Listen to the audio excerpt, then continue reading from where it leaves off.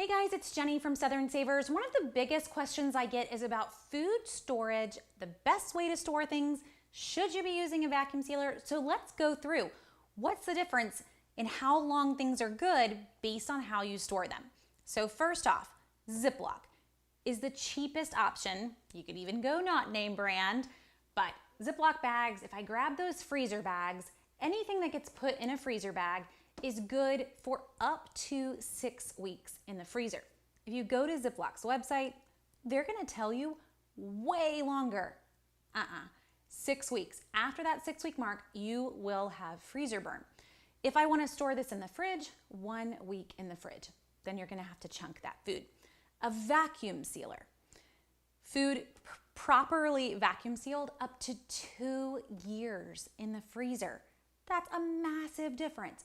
And you may not consider it, but your leftovers vacuum sealed and put into the fridge could last up to 2 weeks vacuum sealed versus in a Ziploc zipper bag. So right there, you see the difference. Obviously, cost is a difference as well. We're talking about $2.50 for a box to $100 for a unit.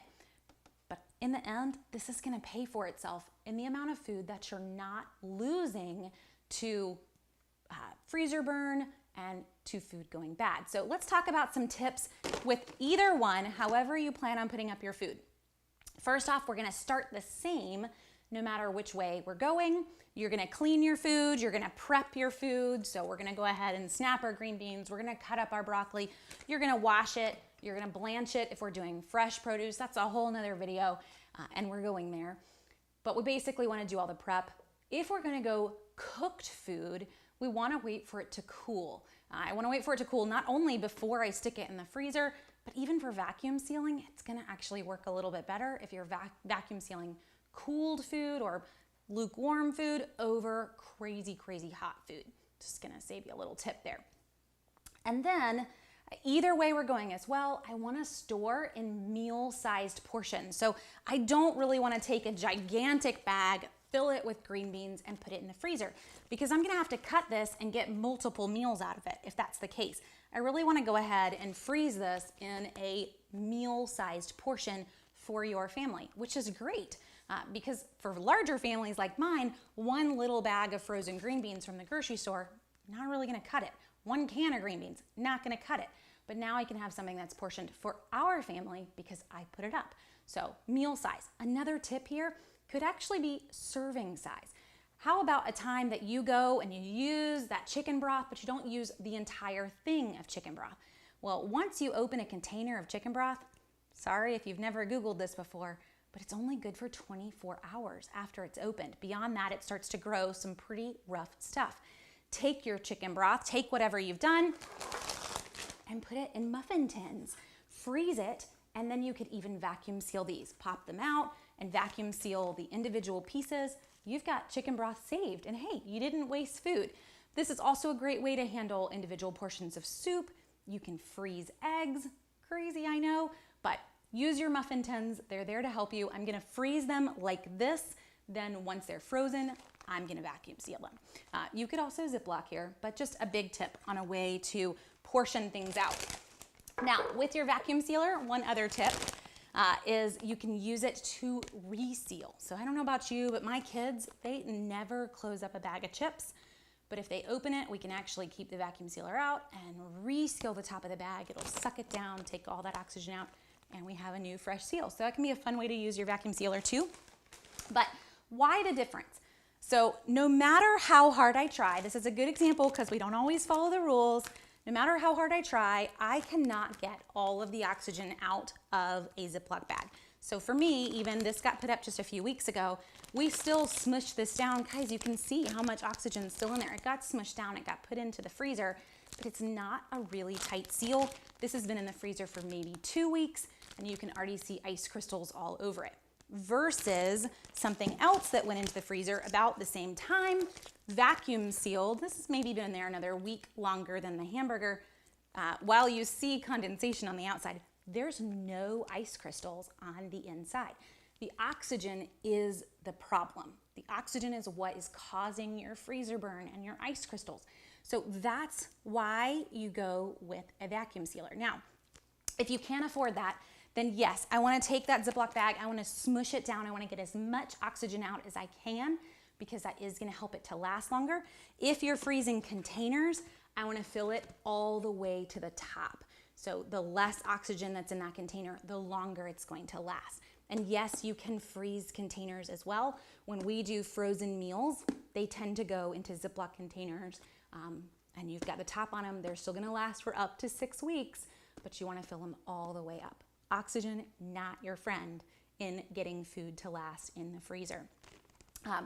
So one other thing, whether you're going containers, and by the way, depending on your vacuum sealer, this can do containers. You have to get special vacuum sealer containers, but it can suck them down too. Containers are great for meal prepping if you wanted to go complete freezer meals.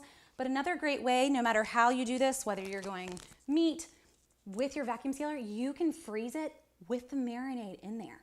So get creative, but definitely take some of the work out if you want. If you want to throw in that chicken with a marinade and stick it in the freezer, go with complete meals. However you want to do this, the vacuum sealer is going to let you. If you've never used one before, a quick rundown here. It stores your roll so you can make your bags. It even has a cutter across the way so that you can cut your bag. This is a gigantic roll, so you're going to seal one end. So this has been made into a bag. That end is completely sealed. You're going to put in whatever you want, and then we stick it right in here to seal it.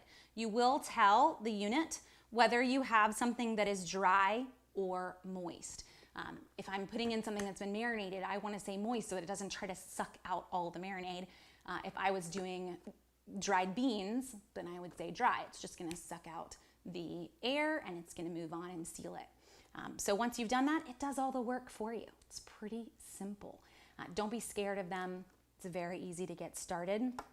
Starting point on a vacuum sealer is about $100 for a good one, and we do see sales on them. So my favorite places to look, Bed Bath & Beyond. I know that may sound crazy, but they have those 20% off coupons. So sign up for their email or wait for one to come to your house.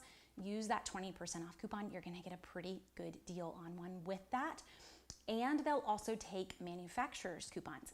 We haven't seen one in a few months, but Food Saver does, on a pretty regular basis, put out printable coupons for $15 to $20 off of a Food Saver, and you can use that with the 20% Bed Bath & Beyond. So it makes for a pretty sweet deal. Option 2 for a deal is looking at Kohl's when Kohl's is running a 20 or 30% off coupon, and Kohl's Cash. They do sell vacuum sealers. So that's 2 options for you if you don't have one and you're looking for a deal.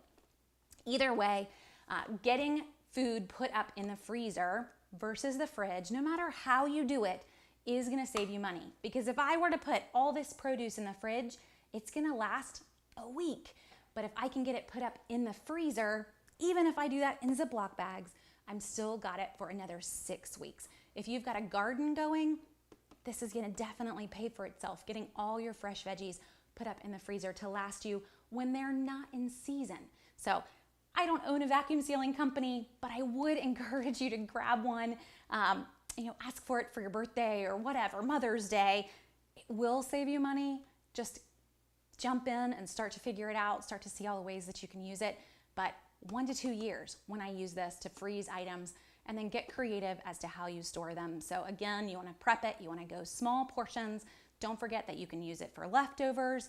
I can use it even for putting things up in the freezer after we've cooked it.